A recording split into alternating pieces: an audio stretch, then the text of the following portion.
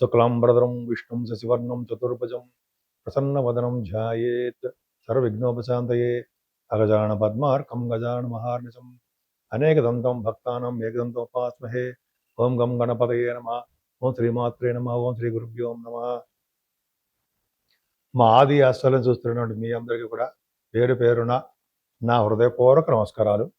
నేను మీ డాక్టర్ వాడ్రేవ్ ఆదినారాయణరావు మాట్లాడుతున్నాను. ఇప్పుడు మనం 29th మార్చి నుండి 4th ఏప్రిల్ వరకు కూడా ఈ వారం రోజులు ప్లానెటరీ పొజిషన్స్ ఎలా ఉన్నాయి, మేషరాశి నుండి మీనరాశి వారి వరకు కూడా గ్రహాల యొక్క ప్రభావం ఈ వారం రోజులు ఎలా ఉండబోతుందో ఇప్పుడు మనం తెలుసుకుందాం. ముందుగా గ్రహాల గురించి తెలుసుకుందాం అండి. మేషరాశిలో శుక్రుడు, అలాగే మిథున రాశిలో గురుడు, కేతు సింహరాశిలోను, చంద్రుడు 29th and 30th సింహరాశిలోను, అలాగే బుధ రాహువులు కుంభరాశిలోను, రవి శని కుజులు ఈ ముగ్గురు పాపులే. మీ ముగ్గురు కూడా మీనరాశిలోనూ ఉన్నారు. కన్యారాశి వారికి చిన్న ఇబ్బందికరమైన వాతావరణం ఏంటయ్యా అంటే, శని కుజ రవులు మీ రాశి చూడడం వలన హెల్త్ ప్రాబ్లమ్స్ వస్తూ ఉంటాయి. సాటిస్ఫాక్షన్ అవ్వలేకపోతూ ఉంటారు. అంటే ఏదో అసంపూర్తిగా ఉండడము, ఏది కూడా మీకు సంతోషకరంగా లేకపోవడం జరుగుతూ ఉంటుంది. కొద్దిగా ఇబ్బందికరమైన వాతావరణమే. కానీ ఫైనాన్షియల్గా మాత్రం ఎట్టి పరిస్థితుల్లో ఇబ్బంది పడండి. మీరు ధన ప్రాప్తి కలుగుతూనే ఉంటుంది. ధనంలో విషయంలోనూ, కుటుంబ విషయంలోనూ, కుటుంబ పరంగా కూడాను, బంధువుల విషయంలోనూ మీకు సపోర్టివ్గానే ఉంటారు తప్ప ఎవరు వ్యతిరేకంగా ఉండరు. అంతేకాకుండా ఎక్కువగా పాటలు పాడడము, ముఖవర్చస్సు పెరగడము, కంఠధ్వని బాగుండము, సాహిత్య రంగంలో కానీ, కళా రంగంలో కానీ, లేకపోతే పాటలు పాడడంలో కానీ, యాంకరింగ్ వృత్తిలో కానీ బాగా డబ్బు సంపాదించుకుంటారు. ఎక్కడికైనా సుఖపడే గీత మీకు ఉంటుంది. చదువులో ఆటంకాలు లేకుండా నిరాటంకంగా కొనసాగిస్తూ ఉంటారు. తల్లిగారికి ఆరోగ్య పరిస్థితి, ఆర్థిక పరిస్థితి, ప్రేమానురాగాలు మీ మీద ఎక్కువగా ఉంటాయి. అంతేకాకుండా రైతులకు కూడా మంచి అవకాశాలు ఉన్నాయండి. వాళ్ళకి ఫైనాన్షియల్గా సపోర్టివ్గానే ఉంటుంది. అంతేకాకుండా మ్యూజిక్ రంగంలో ఉన్న వారికి, కళారంగంలో మ్యూజిక్ చూస్తారా మ్యూజిక్, భరతనాట్యము, మ్యూజిక్స్ అంటారు, వాళ్ళకి బాగా డెవలప్మెంట్స్ ఉంటాయి. బుధరాహువులు 6వ భావంలో ఉంటే ఎక్కువగా ప్రయాణాలు చేస్తారండి. వార్తా సంస్థలో పనిచేసే వారికి వార్తా సేకరణలో మంచి నిపుణత్వం కలిగి ఉంటారు.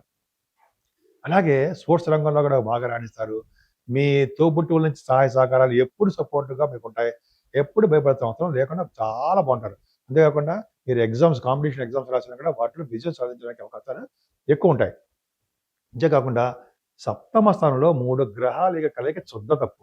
అంటే ఏంటంటే రవి శని కుజులు 12 భావాధిపతి 7వ భావంలో ఉండడము, మీకు శనీశ్వరుడు 7వ భావంలో ఉండడము, కుజుడు కూడా 7వ భావంలో, 6వ ఇంటి వాడు 7వ ఇంటి వాడు శని, అంతేకాదు కుజుడు అష్టమాధిపతి 7వ ఉన్నాడు. ఇవన్నీ కూడా మీకు హెల్త్ ఇష్యూస్ రావడానికి అవకాశాలు ఎక్కువ ఉంటాయి.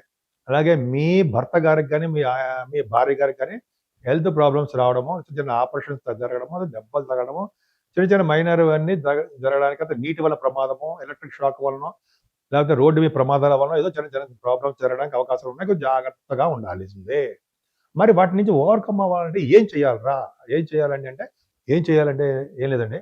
సుబ్రహ్మణ్యేశ్వర స్వామిని విడవకుండా మనం ఒక 40 రోజుల పాటు ఆయన యొక్క అష్టోత్తరం చదువుకున్నా, లేకపోతే కళ్యాణాలు చేయించుకున్నా, 40 రోజులు కాకపోతే 21 days చేసుకున్నా, సుబ్రహ్మణ్యేశ్వర స్వామి ఆలయ దర్శనం ఆయన చూసినా చాలు చేసిన, అలాగే సుబ్రహ్మణ్యేశ్వర స్వామికి ఎర్రని పుష్పాలతో పూజించిన, అలాగే శనీశ్వరుడికి 7 శనివారాల పూట, లేకపోతే కనీసం 3 శనివారాలు, 4 శనివారాలు తైలాభిషేకం చేయించుకున్న, రవి సూర్య భగవాన్ ఆరాధన చేసిన, ఈ మూడిటికి కలిపి ఒక్కసారిగా శివుడికి అభిషేకం చేసుకుంటే చాలు కదండి. ఆయనే కాపాడుతుంటాడు. పార్వతీ అమ్మవారిని, శివుడిని పూజిస్తే ఈ గ్రహాలు వచ్చే దోషాలు, ఈ భార్య భర్తలు సేఫ్గా ఉంటారు. 8వ స్థానం శుక్రుడు కూడా సెకండ్ హౌస్లో అష్టమన్నాడు అంటే తలవంతల ధనయోగం ఉంటుందండి. మీకు యాన్సిస్ట్రల్ ప్రాపర్టీస్ వస్తాయి. కళారంగంలో కూడా కొద్దిగా అవకాశాలు తక్కువగా ఉంటాయని చెప్పచ్చు. మీరు చేస్తున్న వ్యాపారాభివృద్ధి కూడా నెమ్మదిగా స్లోగా జరుగుతుంది. అభివృద్ధి తక్కువగా ఉంటుంది. ఏదైనా రాజకీయ రంగంలో ఉన్న వారికి, అలాగే సాహిత్య రంగంలో ఉన్న వారికి, అంతేకాకుండా గవర్నమెంట్ సంబంధించిన వారికి కూడా చాలా బాగుంటుంది. గురుడు వలన దేవాలయాలకు అధికారిగా ఉండడానికి అవకాశాలు ఉన్నాయి. అలాగే కళారంగంలో అభివృద్ధి ఉంటుంది. ముఖ్యంగా ఆస్ట్రాలజర్స్ ఎవరైనా మీ దాంట్లో ఆస్ట్రాలజీ సంబంధించిన వారు ఉంటే వాళ్ళకి బాగా భవిష్యత్తు ఉంటుందని చెప్పచ్చు. ముఖ్యంగా బ్యాంకింగ్ రంగంలోనూ, విద్యా సంస్థలోనూ బాగా ధన సంపాదన ఉంటుంది. 29th and 30th ప్రయాణాలు చేస్తారు మీరు ఎక్కువగా. బహుశా దైవ దర్శనాలు చేసుకోవడానికి అవకాశాలు ఎక్కువ ఉన్నాయి. నా పేరు వాడ్రేవ్ ఆదినారాయణరావు, డాక్టర్ వాడ్రేవ్ ఆదినారాయణరావు. నేను ఆది ఆస్ట్రాలజీ చెప్తున్నానండి, జాతకాలను కూడా ఆది ఆస్ట్రాలజీ నాది. మీ జాతకాలు చూపించుకోవాలనుకుంటే, మీదే కాదండి, మీ పర్సనల్‌గా మీ ఫ్రెండ్స్ గాని ఎవరిదైనా చూపించుకోదలుచుకుంటే, మీరు ఈ కింద స్క్రోల్ అవుతున్న నంబర్‌కి పంపించాలండి మీ డీటెయిల్స్. అంటే date of birth, time of birth, place of birth ఇవన్నీ ఉండాలి. ఉంటే మనకి మీకు ఏ ప్రాబ్లమ్స్ ఉన్నా ఆ ప్రాబ్లమ్స్ మనం సాల్వ్ చేయవచ్చు. షూటింగ్‌లో ఉండడం వలన మీకు ఫోన్ లిఫ్ట్ చేయలేకపోయినా మీరు ఏమనుకోకండి.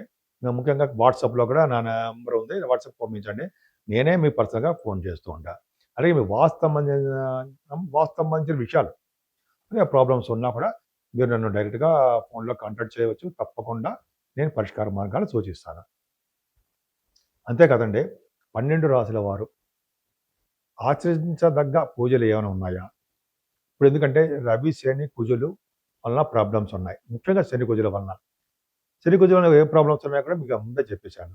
కాబట్టి మనం అన్నింటిని ఓవర్‌కమ్ అవ్వాలంటే, అంటే వాటన్నిటిని ఆ ఫలితాలు మనకి దగ్గరకు రాకుండా త్రుటిలో తప్పిపోతూ ప్రమాదాలు తక్కువగా మనకి ప్రమాదాలు జరగాలన్నా, చిన్న చిన్న ప్రమాదాలుగా ఉండాలన్నా ముఖ్యంగా పూజించవలసిన దేవుడు సుబ్రహ్మణ్యుడే.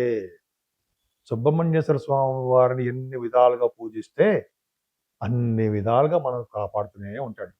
పెళ్లి కాని వారికి పెళ్ళిళ్ళు అవ్వడము, యాక్సిడెంట్స్ కాకుండా, ముఖ్యంగా యాక్సిడెంట్స్ కాకుండా కాపాడడము, రోడ్డు ప్రమాదాలు జరగకుండా కాపాడడము, అలాగే కరెంట్ షాక్స్ వలన ప్రమాదాలు కాకుండా కాపాడడము, నీటి వలన కూడా ప్రమాదాలు జరగకుండా కాపాడడం ఎవరయ్యా అంటే సుబ్రహ్మణ్యుడే. సుబ్రహ్మణ్యేశ్వర స్వామి వారిని పూజించడం వలన, విభూతితో సుబ్రహ్మణ్య స్వామి వారిని పూజించడం వలన మనకి ఐశ్వర్యం ఉంటుంది, ధనప్రాప్తి కలుగుతుందని శాస్త్రం చెప్తాను. ఎందుకంటే సుబ్రహ్మణ్య స్వామి వారిని పూజించడమే మనకి మెయిన్ ఇంపార్టెంట్.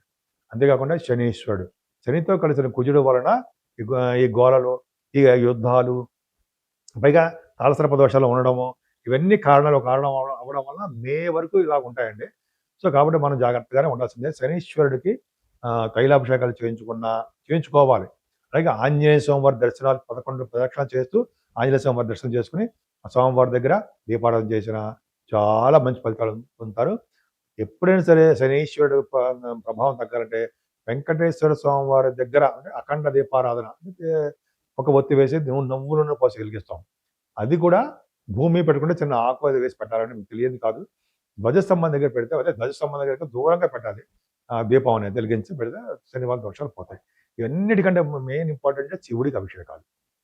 శివుడికి అభిషేకాలు చేసుకుంటే గ్రహాల వలన దోషాలు చాలా కంట్రోలబుల్గా ఉంటాయి. సో ఈ విధంగా చాలా అద్భుతంగా ఉందండి. ముఖ్యంగా అన్ని రాసుల వారు కూడా ఈ సూత్రం పాటించండి. దేవతారాధన చేస్తూ ఉంటే సరిపోతుంది. ముఖ్యంగా రాహు కేతుల మధ్యలో ప్లానెట్స్ అన్ని ఉండిపోయాయి. దీన్నే సవ్యకాల సర్పదోషము అంటాం. రాహు కేతుల మధ్యలో ఉంటే ప్లానెట్స్ అన్ని ఎక్సెప్ట్ చంద్రుడు అనుకోండి, సవ్యకాల సర్పదోషం. అందుకనే మనం రాహు కేతులు కూడా పూజించాల్సిందే. అంటే కాళహస్తిలో కానీ మన ఇంట్లో మన ఊళ్ళోనే నవగ్రహాలు ఉంటాయి. రాహు కేతులకి కుజుడు, రాహు, కేతువులు ముగ్గురు కూడా శనీశ్వరుడు ఈ నవగ్రహాల్లోనూ ఉంటారు. కాబట్టి ఈ నవగ్రహాలకి ఒకసారి ప్రదక్షిణ చేసుకుంటూ పూజలు చేయించేసుకుంటూ ఉంటే చాలా మటుకు మన కంట్రోల్లోనే ఉంటుంది మనకి. అంతేకాకుండా మెయిన్ మన జాతకం మీద కూడా ఆధారపడి ఉంటుందండి. భయపడాల్సిన అవసరం లేదు. కాకపోతే అంటే మన రోడ్డు మీద వెళ్ళేటప్పుడు కానీ, నీటి మీద ప్రయాణం చేసేటప్పుడు కానీ చాలా జాగ్రత్తగా ఉండాలి. రోడ్డు మీద వెళ్ళేటప్పుడు మనం హెల్మెట్స్ పెట్టుకుందాము, సీట్ బెల్ట్ పెట్టుకుందాము, చక్కగా రోడ్డు ప్రమాదాలు జరగకుండా మనల్ని మనం కాపాడుకుంటూ ఉందాం.